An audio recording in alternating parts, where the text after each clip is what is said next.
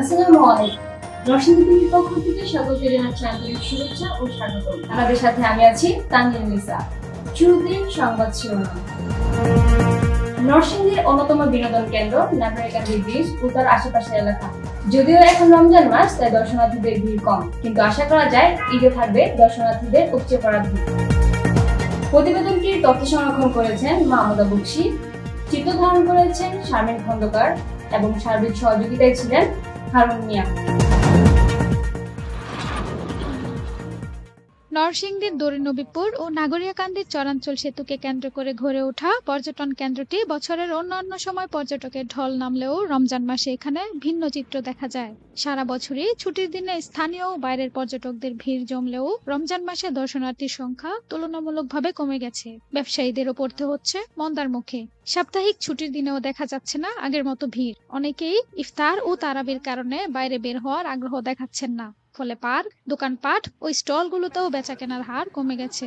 এই সেতুটি মেঘনা নদীর উপর নির্মিত হয়ে দড়িনবীপুর ও নাগরিকান্দিকে সংযুক্ত করায় এটি শুধু পর্যটন কেন্দ্রই নয়, বরং স্থানীয় অর্থনীতিতেও একটি গুরুত্বপূর্ণ অংশ হয়ে উঠেছে। বছরের অন্যান্য সময়ে এখানে মানুষের ব্যাপক আনাগোনা থাকলেও রমজান মাসে ভিন্ন পরিস্থিতি তৈরি হয়েছে। অনেক দোকানদার ও ছোটখাটো ব্যবসায়ীরা বলেছেন, রমজানের কারণে বিক্রয় কমে যাওয়ায় তাদের আয়ও উল্লেখযোগ্যভাবে কমে গেছে। হোটেল ও রেস্টুরেন্ট ব্যবসায়ীরাও জানিয়েছেন, ইফতারের পর কিছুটা লোক সমাগম দেখা গেলেও সারাদিন দোকানগুলো অনেকটাই ফাঁকা থাকে। তবে ব্যবসায়ীরা আশা করছেন, ঈদের ছুটি ঘনিয়ে আসার সঙ্গে সঙ্গে পর্যটকদের আনাগোনা আবার আগের মতো বাড়বে এবং বেচাকেনাও স্বাভাবিক হবে। আর নয় ভাড়া বাড়ি, এবার ভাড়ার টাকায় নিজের বাড়ি, নগদ অথবা কিস্তিতে বুকিং দিয়ে আপনিও হতে পারেন একটি ফ্ল্যাটের গর্বিত মালিক।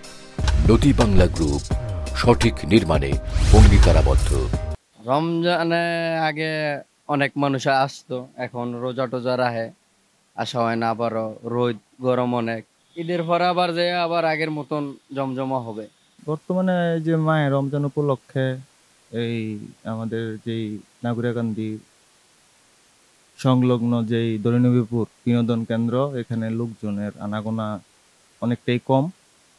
আমরা এই নামমাত্র আর কি যার যার অবস্থান থেকে নামমাত্র আমাদের প্রতিষ্ঠানগুলি খোলা রাখছি।